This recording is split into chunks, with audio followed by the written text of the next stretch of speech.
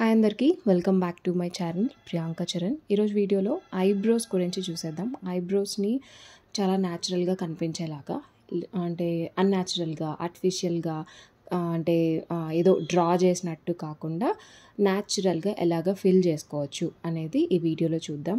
First నేను ఇక్కడ Mars eyebrow ప్యాలెట్ని use చేస్తున్నాను. దీంట్లో 4 షేడ్స్ వస్తాయి మనకు.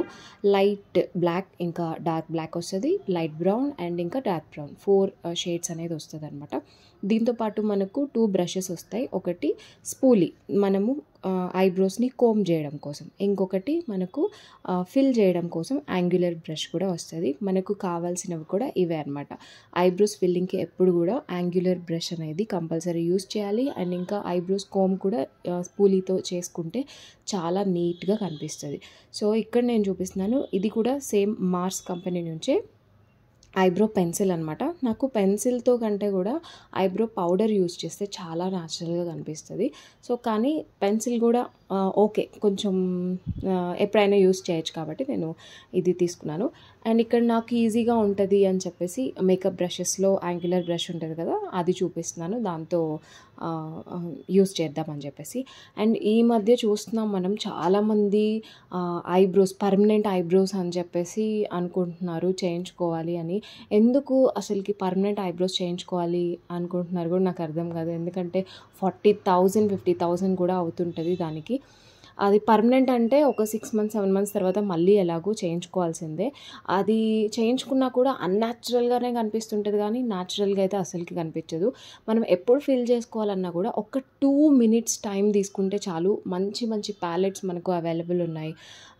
అంటే కాస్ట్లీగా, అంటే మార్స్ అనే కాదు, కాస్ట్లీ ప్యాలెట్స్ కూడా ఉన్నాయి. అనస్టాషియా కానీ ఇలాంటి చాలా బ్రాండ్స్ ఉన్నాయన్నమాట. మీరు మహా కాస్ట్లీ అంటే ఒక 5,000 అవుతుందా అంతే, లేదా అండర్ 500 కూడా మనము అంత నీట్గా మన ఐబ్రోస్ అనేది ఫిల్ చేసుకోవచ్చు. నేను ఇక్కడ నీట్గా ఐబ్రోస్ని ఫిల్ చేస్తున్నాను, డ్రా చేస్తూ లైట్గా డార్క్ బ్రౌన్ తీసుకుంటున్నాను, బ్లాక్ కూడా తీసుకుంటున్నాను.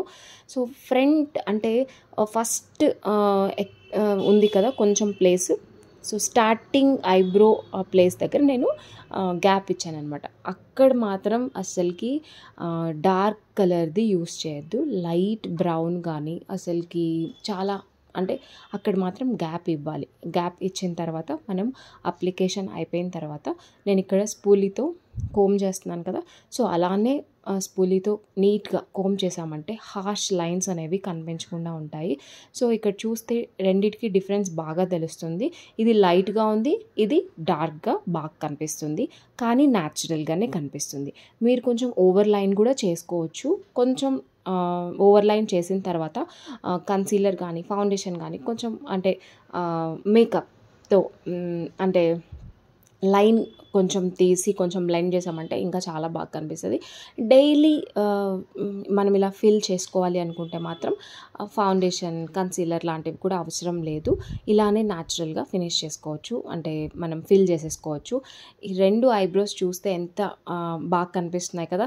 దీనికి టైం కూడా ఎక్కువసేపు అస్సలకి పట్టదు, మహా అంటే 2 నిమిషాలు అంతే. సో దీనికోసం ఎందుకు పర్మనెంట్ ఐబ్రోస్ అనుకుంటున్నారో తెలీదు. పర్మనెంట్ ఐబ్రోస్ కాకుండా ఇలాంటి బ్యూటిఫుల్గా న్యాచురల్గా మనం ఐబ్రోస్ ఫిల్ చేసుకోవచ్చు. ఇలాంటి ప్యాలెట్స్ కూడా తీసుకోవచ్చు. దీని లింక్ నేను డిస్క్రిప్షన్లో ఇస్తాను, మీరు కావాలంటే తీసుకోండి. ఇదైతే చాలా బాగుంది, ఇంకా ఈజీ టు యూజ్ అనమాట. మీకు పెన్సిల్తో ఫిల్ చేసుకోవాలి అనుకుంటే మార్స్లోనే పెన్సిల్ ఉంది, అండ్ ఇంకా చాలా బ్రాండ్స్లో పెన్సిల్స్ కూడా ఉన్నాయి. మీరు పెన్సిల్తో కూడా, కానీ స్పూలీతో బ్రష్ అనేది చేసుకోండి. బ్రష్ చేసుకుంటూ లైట్గా ఫిల్ చేసుకోండి, డ్రా చేయొద్దు. ఫిల్ చేస్తే చాలా బాగుంటుంది. సో ఇదన్నమాట మనం బ్రోస్ని ఎలా న్యాచురల్గా ఫిల్ చేసుకోవాలి అనేది ఈ వీడియో అనమాట. దీంట్లో ఏమైనా డౌట్స్ ఉంటే నాకు కామెంట్ సెక్షన్లో కామెంట్ చేసేయండి. నచ్చితే లైక్ ఇంకా సబ్స్క్రైబ్ చేయడం మర్చిపోవద్దు.